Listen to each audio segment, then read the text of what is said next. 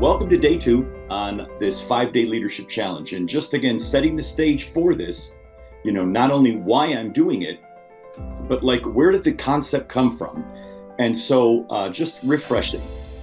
Last night we talked about vision. And I said vision is an essential quality because vision is what takes people to higher ground. Everybody wants to go to higher ground, whether they're a person, whether they're a family, whether it's a relationship, whether it's a business.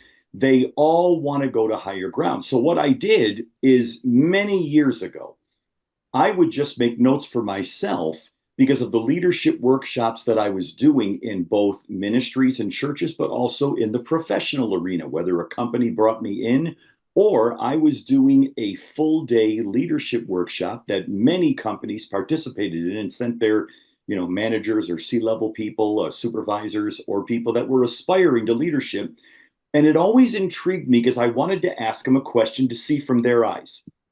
And the question that I would ask them is, what do you think are the most important qualities that leaders need to be effective on their leadership role or in their leadership role? And I would get them together, when we would have larger rooms, I'd ask them to break up into teams of 5 to 8 at a table, gave them, 5 to 8 minutes. And I would use a whiteboard or I'd use my computer that would point to a screen when they'd answer. And I'd literally go to each table and ask, okay, you over here, what did you come up with? And what was, I don't want to say surprising, because after a while I wasn't surprised. I found that there were like 5 qualities that they all were saying. And then there were a few others that you looked at those and went, those are important nuances. And what it did is it led me to look internally at myself to say, I feel that very same way, but I didn't want to impose my thought or opinion on them. I really wanted to hear from them. And I got into this place in leadership where I was thinking to myself, as a human being, there are only a few essentials that are necessary to live. If you don't have them, you will not live a fruitful life. As a matter of fact, if you aren't aware of them and you don't embrace them, it'll kill you. And I thought, gosh, you got to have oxygen, you got to have air to breathe. I mean, anybody that just try to hold your breath for 5 minutes and we'll be burying you, right? You got to have air, you got to have water. I mean, the body's made up of 60 to 70% water. The brain, the bones, the muscle, everything in the body requires water, which is why when people get dehydrated, they pass out. And that can happen just over a day or two. But if the body goes without water for a season of time, it brings tremendous deficit to the body. Another thing is you got to have food, because food is necessary to convert energy so that the body can function. If you put bad food in, it's going to break the body down. If you put good food in, there's energy and it helps to promote health so that the body can function. And then shelter, because there's difficult elements that are out in the world that we live in. And that shelter helps us to create community, but that shelter also keeps us safe. There's a protection element that is needed just because of the way humans live. And I started to go down that road thinking, well, I know there's also relational essentials that you got to have. There's human essentials. Are there leadership essentials? And I was honestly just looking at myself thinking, I think there are. But over the years of traveling, and I mentioned it again last night, but I'll just for a reference point, in 2014, most of the seminars that I did around the country were leadership workshops, and they were full day. Some of them were 2 days, where we did 2 full days of just talking about essentials that are needed to develop your leadership or to be a fruitful supervisor or manager. And I had many companies that would send, I don't even know how many thousands of leaders that we did just in that year. But in that year, I was in 125 different cities. And what I noticed when that year was over, as I'm looking at my notes and storing it, I said, what's amazing to me is these leaders, many of them never met each other before. I'm talking from all different cities, whether they were, rural cities or the big, active, busy cities. And I'm thinking, the funny thing about all this is they're all saying the same thing. And I realized, leadership lives in a space. that there are like frills about it and things that you can talk about that are absolutely necessary nuances for us to know. But there are essentials that if you don't know, just like the human, if you bypass them, it is going to cause damage and harm simply because they need to function, the human, within knowing what those essentials are. Well, there are leadership essentials. And the first one we talked about last night was vision. You have to know how to communicate a vision clearly. And the reason is vision moves beyond where you are to where you want to be. Most people in life are on a journey trying to improve themselves. Most companies are trying to improve their sales, their customer service, the products that they offer. Most companies are trying to improve to have a bigger space in the marketplace, to be able to get people that they're offering something that they know they need or they want or they desire. Well, churches, same thing. They want to lead people to higher ground in their walk with Christ, in their understanding of God, in the impact they have in the community. I mean, families want to go to higher ground. They want to relationally have a better relationship, husband and wife, with kids. So when we talk about vision takes people to higher ground, even though people don't say it, they feel it. Most people who live on the earth, that is something they didn't articulate it the way I did, but that's what they want. I want to go to higher ground, but what does it take? A genuine leader who knows how to get them to the next step. You can't get to the ultimate outcome until you can at least take them and walk with them on a journey that requires multiple steps, which means we always got to keep the vision in mind. And I marry the vision. I do not marry the strategy. The strategies will change. They have to change because on each step, you're going to encounter new things. There'll be personnel changes. There'll be industry trend changes. And as a result, you got to modify. But the vision stays pure, right? Well, tonight, what I want to talk to you about for a few minutes, and then we're going to open it up for a Q&A, is it's not necessarily a quality, but it's a definition of leadership. And I actually opened the course up that I did, Leadership Essentials, with this, and that's this: the power of influence. Because this is the gut level truth with leadership. I remember one of my mentors, John Maxwell, and if you've ever heard John or read a book, then you have heard this statement many times or read it. But he would say, leadership is influence, nothing more and nothing less.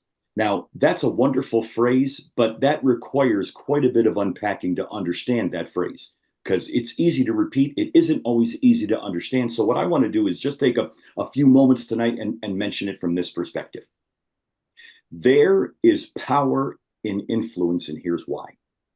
When you have influence over a person, over a team, over a company, over a ministry, over a church, when you have influence, that influence is the power to shape their thinking. It has power to move them into action. It has power to change their perspective. And that is powerful. That's why we don't ever want to take leadership lightly, because the influence that we gain, there is power given to us with that influence that shapes the way people see the world, shapes the way they see their job, shapes their perspective about their company, shapes their perspective about God or about mission. We have the power to move them in a right direction, or the truth of the matter is, influence can be negative, and it can move people in a negative direction, but people will follow because they have allowed that influence in their life.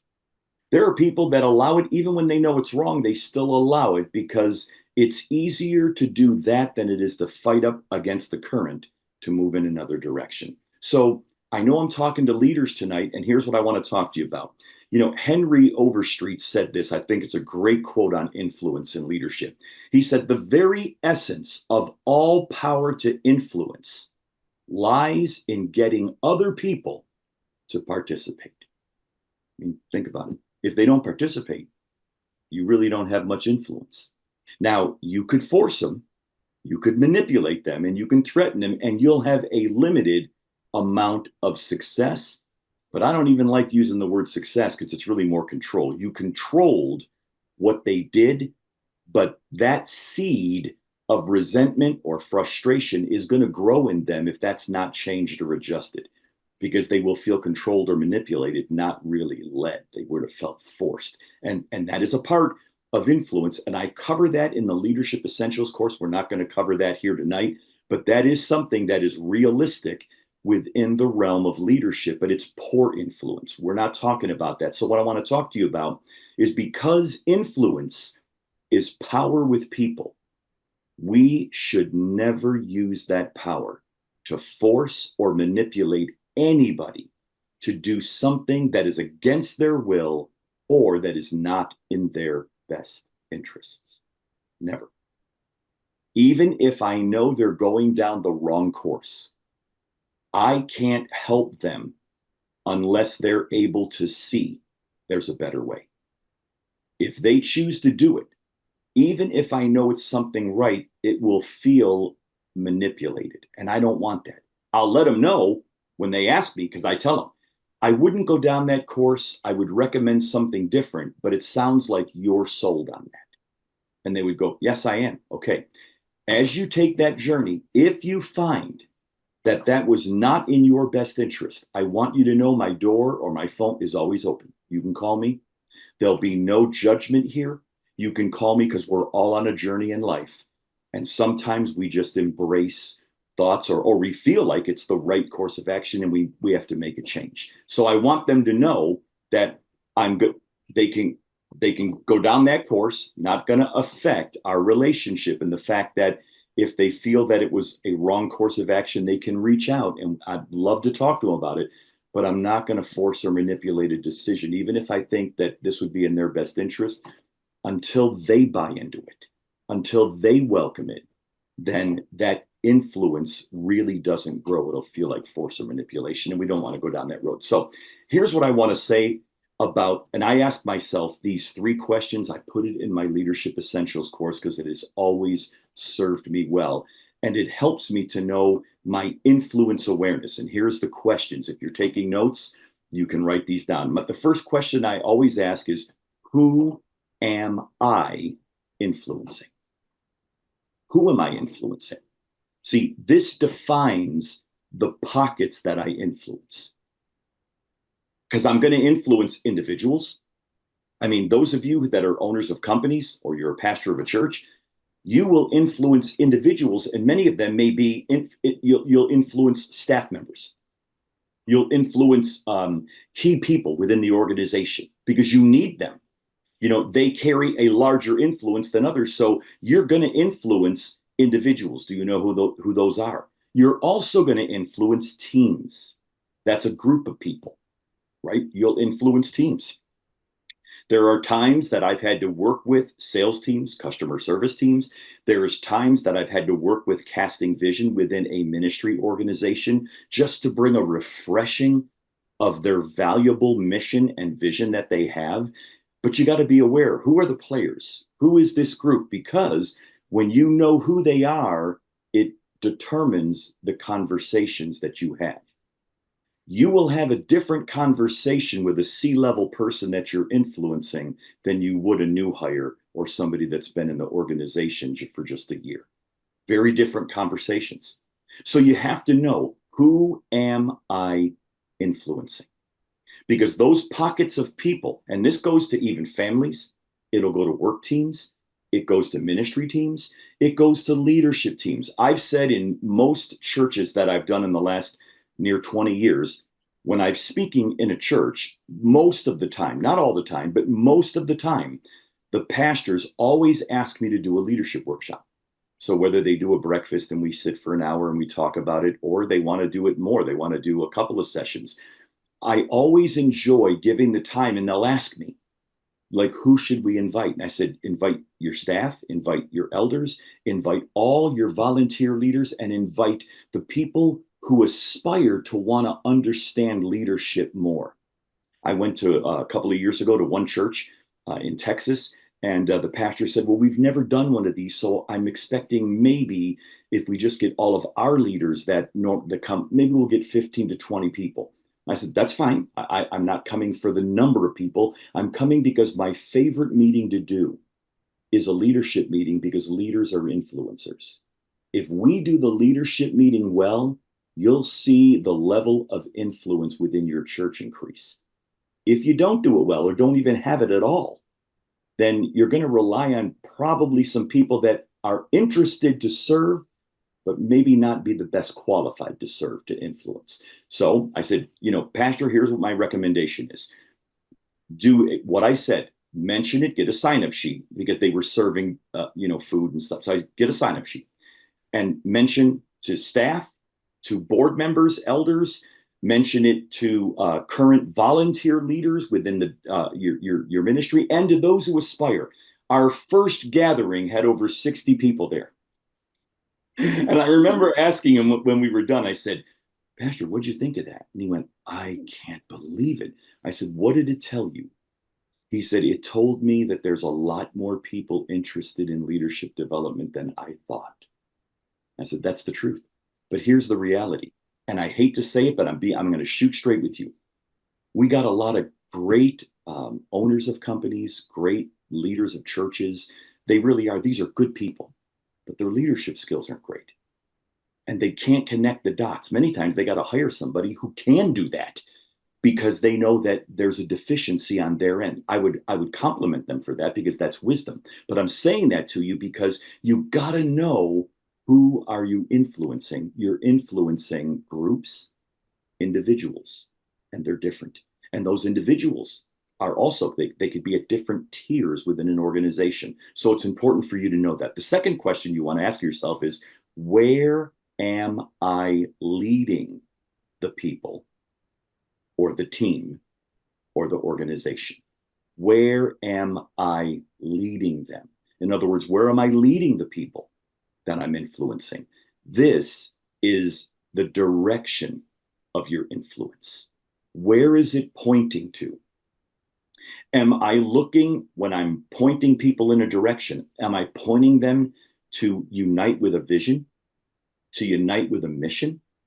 Am I pointing them in a way that's going to help improve a skill in their life that they want or that the company needs?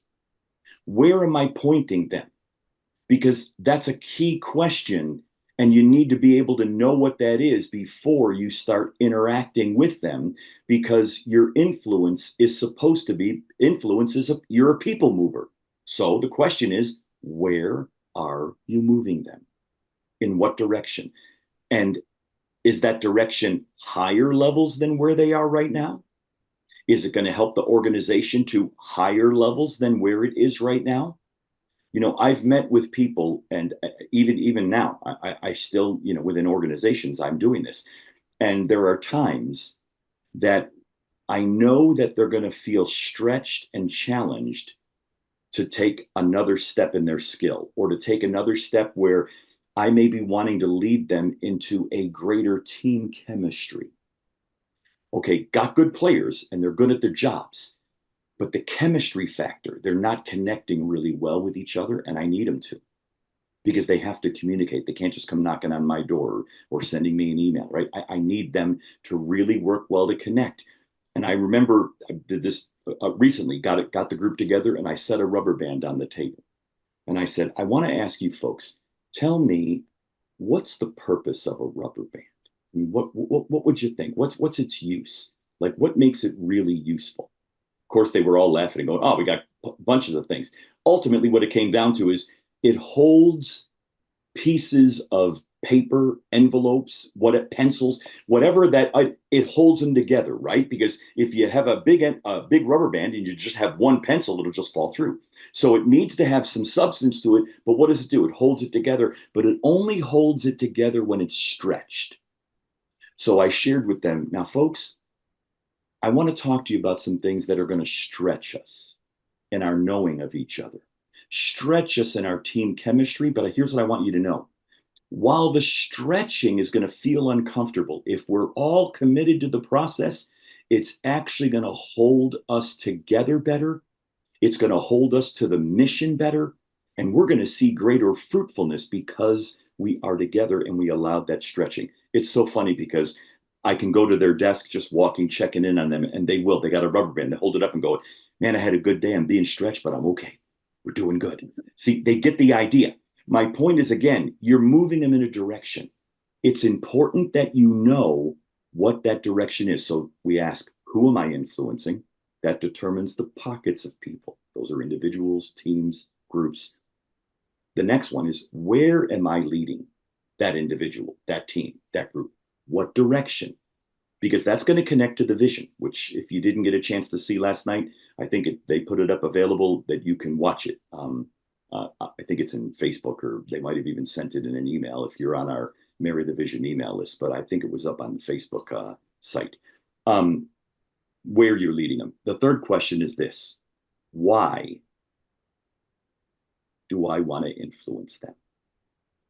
Why? This is the hardest of all of them. Why do I want influence with them? Why do I want to influence that individual, that team, that family member? Why? What's the reason? This is the motive of influence. I mean, this is where the rubber meets the road, right? This is the motive of it. Because whatever your motive is, you will begin to purpose to pursue that. Whether it's right, wrong, or indifferent, it'll be pursued. Now, let's remember, influence, why this is important as a leader is because people and teams are on a mission.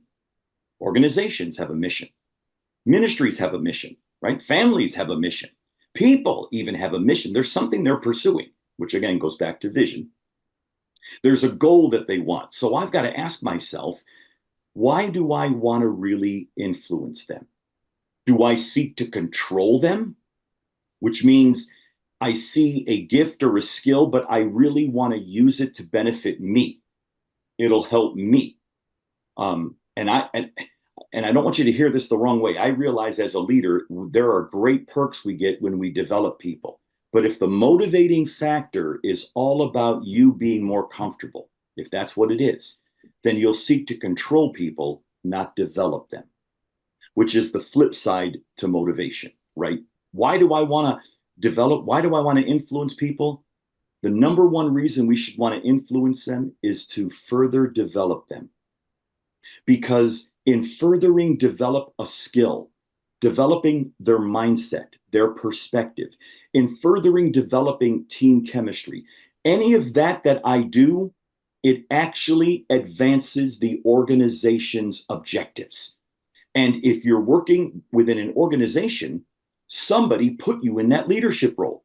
So you have a sense of responsibility to them and a stewardship role.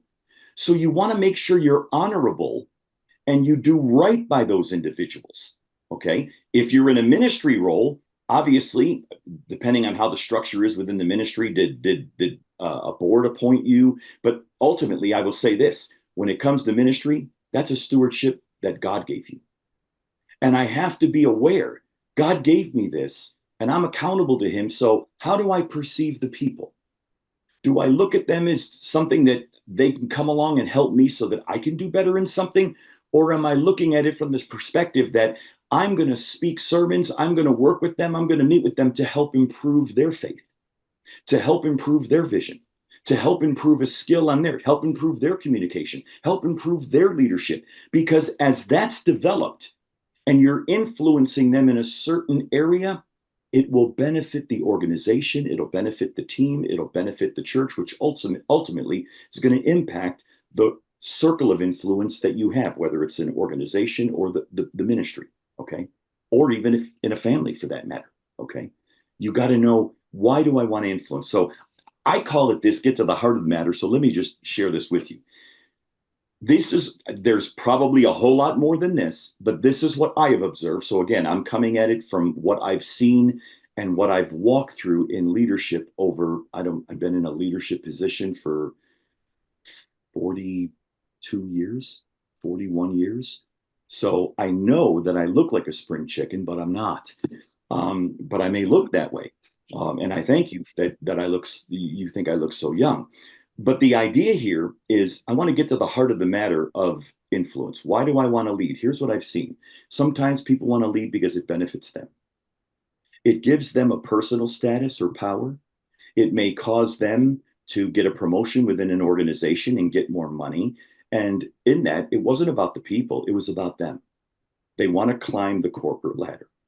Now, I'm not saying that it's wrong to want to climb and better yourself. I'm not. What I am saying is that I think it's a misrepresentation of influence when you step on people to do it. We're not to be stepping on them, we're to be raising them up, right? Another thing I've seen with motive is when you want to advance a particular issue or agenda that you favor. We see this in politics all the time. They will speak about a particular agenda. And if it doesn't go over favorable, they will adjust it. But it doesn't mean if they get into an office that they don't go back to it. And it's unfortunate. That's why people don't trust politicians today, is because you said one thing and did something else. You led us to believe that this was important, but then you do this or don't do this. So we don't want that in the corporate world, in the church world, in our family life. I don't want to be trying to advance an issue or an agenda that I want. Okay. That's not a good use of influence. Another thing I see is people use influence because they want to advance a pet cause. This is what their cause is. I have dealt with this both in business and I've dealt with it in ministry where I hired staff members. They said all the right things, came on, supportive, love it, hoo-hoo. But then over time, I found that they had a particular pet cause that they liked. And they wanted the team or the organization to move in that direction. And it really didn't fit what the organization was doing in the direction that it was going in. Or the ministry. They came in because they wanted my influence to help them in something that was completely going another direction than the way we were going in the community with the church. And again, these can be good people, but if they've got a pet cause and that's really important to them and they want it stroked, eventually it'll come up. You don't want to do that as an influencer, as a leader, that you've got your pet cause and you're influencing everybody to have to buy into your pet cause. Okay.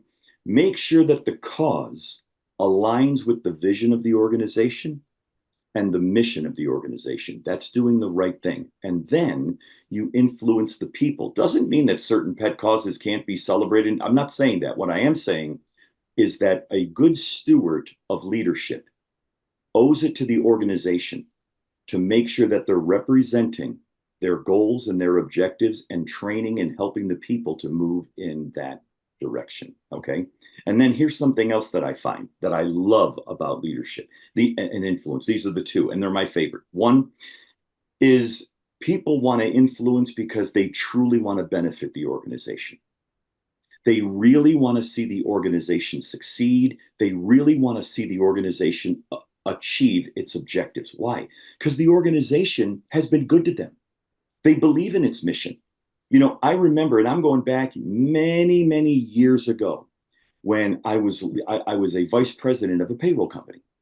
And I remember working with the sales team and then even the processing and the customer service side, but in particular the sales team.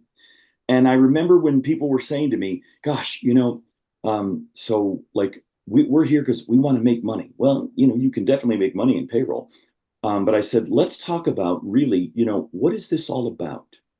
I mean, why would payroll be important? And it was interesting. Some, they had great feedback. Others would just look at you and go, why? I mean, because people got to get paid. Well, yeah, that's important. But it's at every organization you go to, I mean, barring that they're super small and they just do it themselves, they know that payroll is needed, but they don't want to do it. See, if we can craft a way of not manipulating, but we say it in a way to say, we're going to help, we're going to serve you, we're going to serve your personnel. And we know that this is not something that you like to do, and you're going to be overcharged if you go to a CPA. Because CPAs, for the most part, don't like to do payroll either. They will outsource people like us, but they don't tell you that. But that's what happens. So what we're going to do is we want to come alongside and help. It was amazing. I mean, I remember pitching to the president of the organization, here's what we're going to do with the sales team because it benefits the organization's objectives. What's our objective? We want to provide the best quality service in payroll that we can give to an organization because that's how they care for their team. They got to pay their team. They're putting hours. We want to help them do that. As simple as it may sound, it's not always that easy. All it takes is one mistake on somebody's check. And now all of a sudden people are frustrated, right? Or they don't get paid at all. And now they're frustrated. See, the impact's really bad because the money they want is really good and we want to help them. So this is how we're going to achieve the organization's objectives. And the truth is, we grew, people bought into it. Again, I get it. We had some salespeople that they just wanted to make money, but they still did the pitching and they still did the presentation, right? The truth was, we were able to see in a year and a half more than 3 times the sales than what the organization had in 2 years. And I'm telling you, I did it because I made it about the organizations we're serving, meaning the company that you're working for and the service that we're providing for the companies. I didn't make it about their money and how much you're going to get in commission and what, here, there were benefits they had, and we did address them, but I wanted to make sure I was honing in on serving companies because companies are out there and they're serving our community. We want to bring something to the table that they feel really good about, and we can feel really good about it. And I remember the president thanked me and all that, just seeing the difference between just quote trying to sell a service, to making it a service that improves a company and improves the personnel that they connect to the vision as to why that's important. All right. And I get it business, but I did it same in church. Another thing, when I say influence, so benefit of it is I wanted to make sure that I shared how my influence would be used to benefit the organization, help it achieve its objectives. Second thing I wanted to do is I wanted to make sure that I used my influence to serve the people that I led, to improve their lives, their skills, their development, which is why I always wanted to make sure I took care of them financially. That I always made sure that even when they weren't noticing, I'd write a card, put a gift card in there. I still do it to this day. Put it on their desk so they see it when they get in, or put it on the desk at night so they'll see it first thing in the morning. And they're shocked. I've had people walk into my office with a simple $25 gift card, but what I wrote, how I saw that you did this. And I'm so grateful because I connected the dots. Here's how this helped us with, and then it's an objective or a mission. And they're walking in and tears streaming down their face and go, I don't even know what to say. And I'm going, oh, a thank you's fine. I had one lady, this was back well over a year ago. She said, I need you to understand something. I've been in the workforce for many years. She hadn't worked at the company long where I work in an area that I'm leading. And she holds it up. She goes, I've never got one of these. And I went, you never got a gift card? She goes, oh, I've got gift cards. You hand wrote this. You saw things that I didn't even know that you saw, and you recognized it. I've never had that from a leader. See, those little things make huge differences in the lives of people, that influence. And the reason is because it helps improve their vision of themselves, their lives, their feeling about them, their skill. It helps to improve them. All right, let me open it up. Anybody got any questions for me on anything that we discussed tonight so far?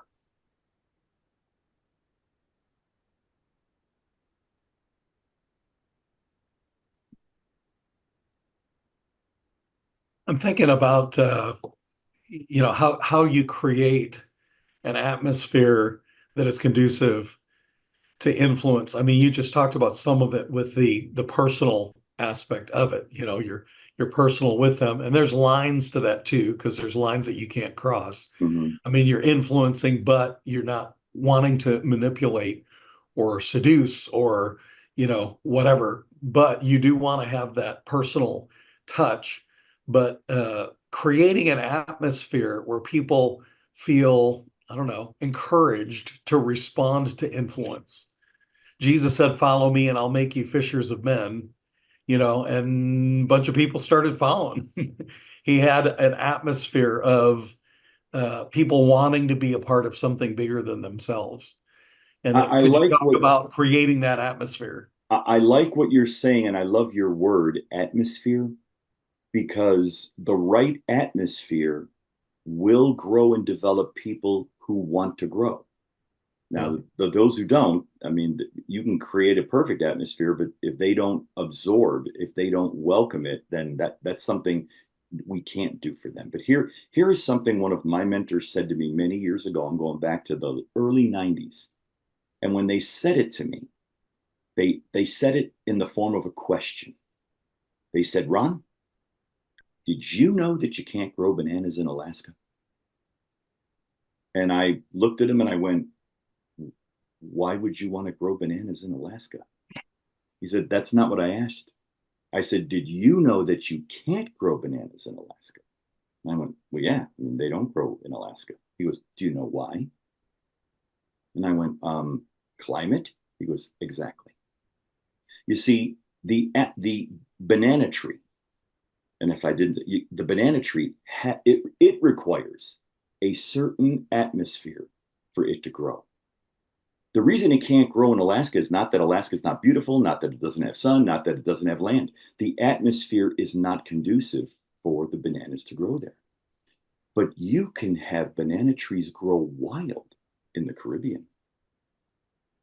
And if you've ever been there, which I have many times, you see it grows wild. They're crazy. They're all over the place. Why? Atmosphere. So we think about it. I, as a leader, want to do my best to create an atmosphere that's conducive to growth, that's conducive to acceptance of people, meaning they have different personalities, different gift sets, right? I want to create an atmosphere that allows them to collaborate, which means they may have different viewpoints and different opinions, and that's okay. Doesn't mean that we're going to go down a road as an organization or a team that is off course, but I do want them to feel that they are heard and that they are able to share, right? I also, and you use that, I also want them to know that they will be encouraged. We're not going to overlook the work they do, the time they put in. And this is a true statement about me. There's not a week that goes by that I'm not looking to find something that a staff person does that they didn't think I heard or saw, so that I can go to their workstation or write a note or just tell them how much I appreciate that they did XYZ. And I think that helps to bring an atmosphere into an office setting, into a church setting, into a ministry team setting, because if leaders only bark out orders or have high expectations with no development that they provide, it's going to discourage people. So I think that you made a great point. Atmosphere is critical to influence. It really is. So great point. Thank you. Yeah. Anybody else have a question or a comment? Ron, can you maybe maybe you can add a couple more to this? You said, where am I moving these people, leading or moving the people, uniting in a vision? Question mark. Do they need to be united more in a vision? Are they improving in a skill? Maybe they're good people, but they have no chemistry, so there's no team, there's nothing binding them together. Is there anything else like that? I would say that on the leadership journey, there's going to be a lot of things that you'll discover. I was just giving some generalities. I can give you a couple of specific examples. I remember in working with a sales team in an organization. They were good people. They truly liked the organization and what it did, but their skills were limited in being able to speak about benefits. They did a great job of what I called pitch slapping the snot out of everybody they talked to. They had their bullet points and just pitch slapped it. That doesn't speak of benefits. That's really the history of the organization, how long this is what we do, and we're blah, blah, blah. It's a history lesson. So what I did is, rather than come across that way, because I didn't think it would be received at that point, What I did is I engaged them and we paid for it to take them to a sales conference. People that I knew, people that, and some, even though they're in the business community, great sales leaders, they were believers, they loved Jesus. And I thought, this is, this is good. Brought them there, and they heard about the greatest skill you're going to have is a communication skill. Because you have to remember, when you're talking to a prospect, the only thing they care about is what they need, what they want. So you have to know, how does what you have benefit them? If you don't know how to craft that, don't even have the conversation, because you may get sales, but you may think that you did it because you're so good. And that's not the case. I remember after that, brought them together, asked them, so what'd you think about it? And that's when the conversation came out to go, wow, we've heard you say it, that we need to be speaking the language of the customer, of the prospect. And the language is, how is it going to benefit me? How does it benefit me? And they got it. So now I was able to massage that and work with it literally it was pre-me, had things posted in their cubes of bullet points that they wanted to make sure they were going down to talk to every prospect that was there. And I'm going, oh my gosh, now, we want to ask them questions. We want to learn about them. We want to share how this could benefit them and give them. So that's an example. Ministry, same thing. I remember working early on, for some of you, you may not know this, but I was a professional musician in the 70s and early 80s. And because I played with professional musicians, I remember when I got into the church and saw what was on the platform, the pastor's wife had asked me, hey, would you like to play with the team? We heard that you're a good musician. This was my answer. I was a young Christian, but this was my answer. I said, ma'am, there isn't anything I got that's going to help what you got up there right now. I mean, I can't. I'll do my best, but without getting into the detail. Well, over time, what had happened is God worked within me a heart of servitude to see that they didn't practice much, but these were good people. They loved to worship. So she asked if I would lead the worship team and help them with some skill development. So I did. We'd have meetings together, like small group meetings, but it was just the music team. And I would talk about, I used to get paid to do concerts when I played with a group. I got paid all the time. We don't get paid to do this, but we owe Jesus Christ more than we'd ever owe the community in the world to entertain them. We're not entertaining Jesus. We are assisting his people in the admiration and worship of a great God. So in order to do that, we want to make sure harmonies are right. We want to make sure. So I would go down that road, and I introduced them. I took them to worship conferences so that they heard more voices than mine. But my point in bringing it is that question that you're asking, you're pointing them in a direction, and you want to be able to share these things. That's going to come up on a regular basis. And God can give wisdom to know what to do. But I would say that you want to make sure that what you're doing is you're availing the people that you are influencing. You're availing them to curriculums, to books, to conferences, to even the substance of what's being talked about within a meeting, on a journey to help them just go whatever that next level up is. Don't take them too far, because they'll get overwhelmed and they'll back out. Just a little bit, because when they start seeing progress, when they start seeing even fruit, let's take the chemistry of the team. When they start seeing fruit, all of a sudden your leadership level goes up a notch, because they know without you influencing that, it would have stayed the way it was or got worse. So did I answer your question? Yeah. Okay.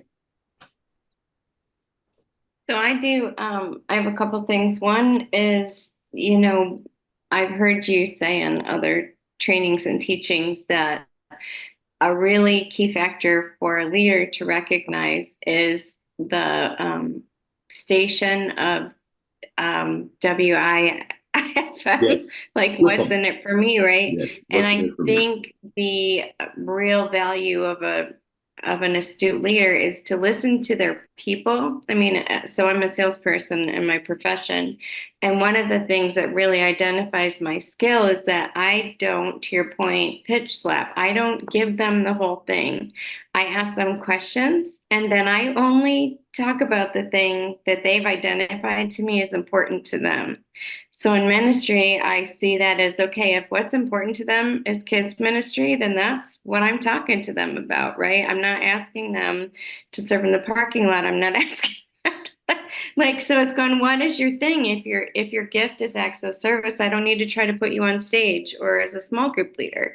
And so from that perspective, I think as we identify the strengths and weaknesses in our people, it helps us to guide them into the thing that's valuable to them, which then expands our influence. Because I think a whole nother thing is when we try to stick them in a box that they don't fit in, and then they don't tell you why they're leaving, they just leave. It's kind of like, I don't like that, you're not listening. So that's the first thing. And the other thing I think would be important to speak to for you quickly is, having led both types of organizations, a church is really more volunteer driven. So like staff is driven, like they're coming because you're paying them, right? So not that your influence isn't important, but it's like in a volunteer environment, it becomes critical because they're not getting paid to come. They're doing it, for other reasons. And so I do think that that's something that's important for us to recognize that, especially in a volunteer environment, you really have to be strategic about that because you can wear out your thoroughbreds because you're not developing other people. Yeah, both great points. I'll be brief and go down each track. Knowing your personnel, meaning knowing what makes them happy, knowing what their skill sets are, knowing the things that they enjoy to do, knowing when I say skill, I'm talking both knowledge, but then working capital skill with that knowledge. It's good for you to know that because you want to match the tasks and you want to match the assignment that they're being entrusted with to their skill set. That they can still develop. I mean, everybody, the largest room in the world is room for improvement. We can all improve, but what do we improve? We improve our strengths, not our weaknesses. Okay. The reason that you have weaknesses is because of your strengths. Whatever your strengths are, there's going to be a weakness to that. If somebody is very highly organized, very detailed, very, everything, well, that's a strength of theirs. Then being a visionary communicator would not be a strength. It's a weakness. Now, that doesn't make them a bad person. It's just that's their skill set. So you wouldn't want to put them in a position to try to communicate to a team in a motivational way why we should be going in a certain direction. I mean, that's not going to work, and it's going to frustrate them and it'll frustrate the team, right? So you try to match their skill set, match their passion with the project and with the task. But in order to do that, you got to get to know them. You have to really hear and listen to them, which we started on that with the WIFM. What's in it for me? People listen to that. How is it going to help me? How's it going to help, my way of living? How's it going to improve my work environment? That they do think that way. The second thing is, there is a major difference within any ministry organization and church with personnel, because churches in particular, every weekend, no matter how large they are, they all operate more on volunteer people than they do paid staff. They all do. I remember a few years back sitting with one of the largest, a pastor of one of the largest churches in America. We're talking, you're in the five digit, they were over 20,000 people. And that was in one location. So, and I remember just sitting talking with them, and I remember asking them, what do you think is the single most important area that you have to put attention on for your church to continue to grow and serve the people? And I remember he had tears in his eyes. He looked at me and he said, that is so easy for me to answer. And he said, and unfortunately, it took me way too many years to learn it. He said, I invest more in our volunteer team than any area in the church. I went, how do you do that? And he said, I teach all of our paid staff that the people they're working with are volunteers. And the truth is, some of those volunteers are more gifted than they are. They lead organizations. They have superior discipline skills and communication skills. So we need to utilize these people and respect their time, respect what they're giving to us. And then to those who just want to learn, but they're giving their time, we have to train them. Like, you got to take that component important.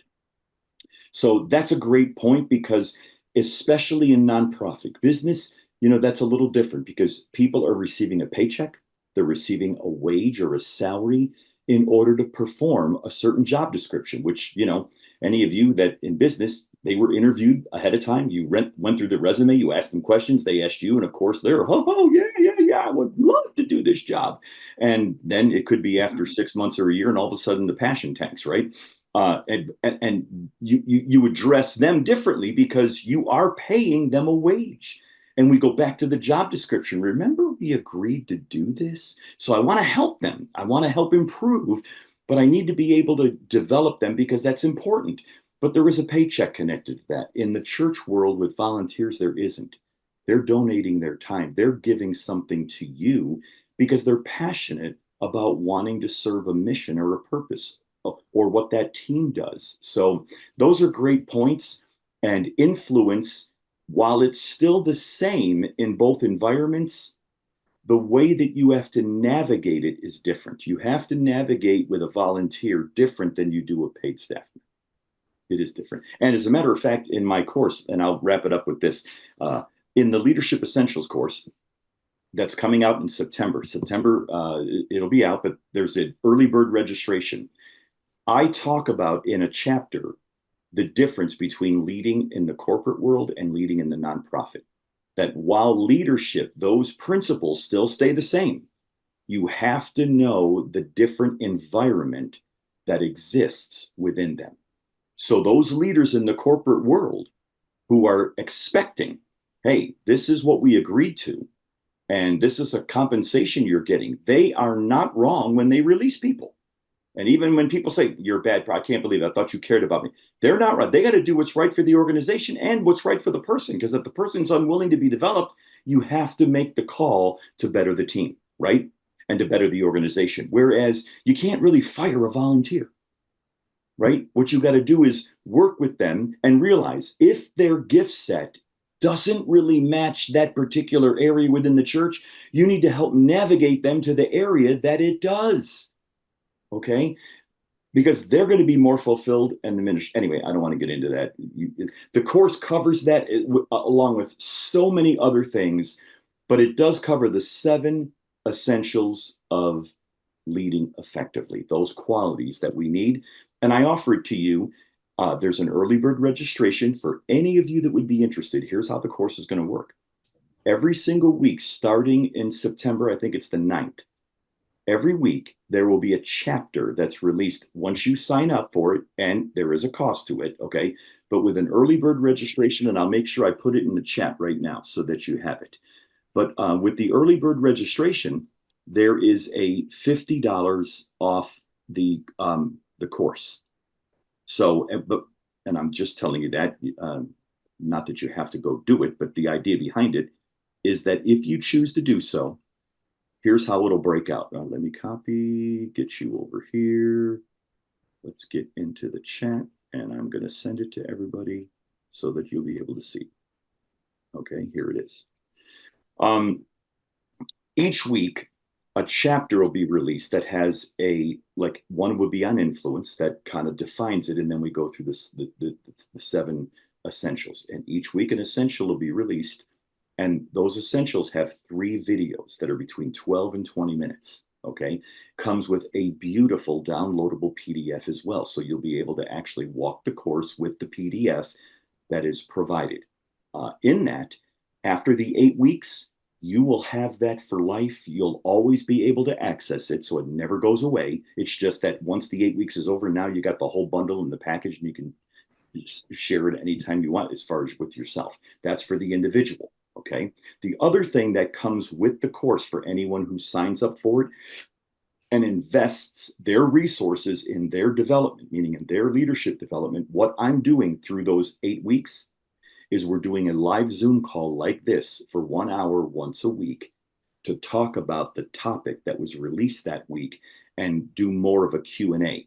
So I won't share as much as I will, okay, like either send me your questions or let's jump on the call and let's talk about what are the areas you're wrestling with? What are the areas that when you heard it, you had a question? Let's talk through that so we can actually do a little polishing of that particular essential in their world that's practical to them. And that's a commitment that I'm making, that once the 8 weeks is over, then that goes away.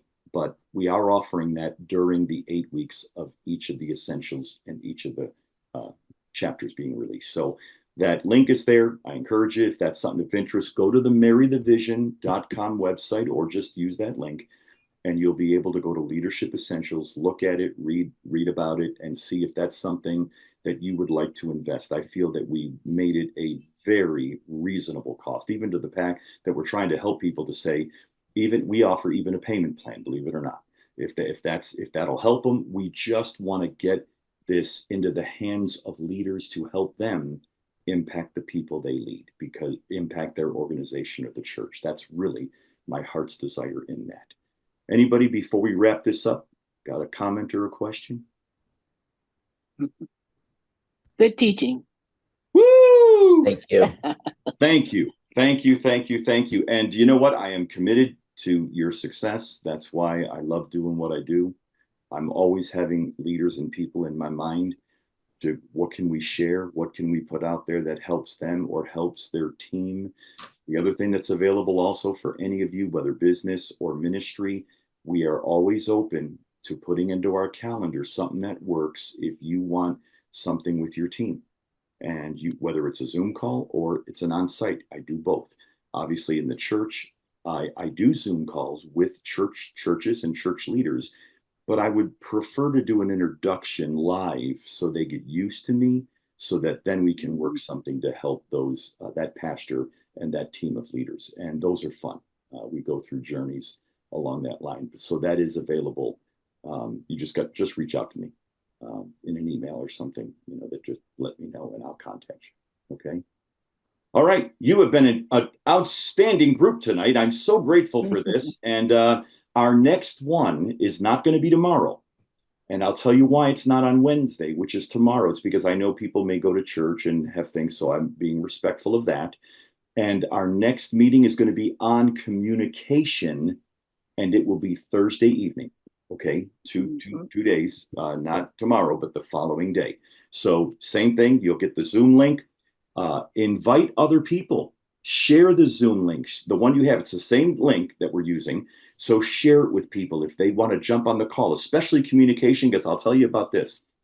That is the #1 skill that almost 99.8% of all leaders that I talk to anywhere in the world, when I ask them, is there one skill that sets itself above all the others that you see as the most important? And they would say it's communication, because we don't do anything without communicating, nothing. So so we're going to talk about communication in a couple of nights. Okay. Thank you, folks. This will probably tomorrow be available. You'll be able to watch it or share it with somebody, and hope that we see more people on communication. Okay. Bye. Thank you for your participation, your questions.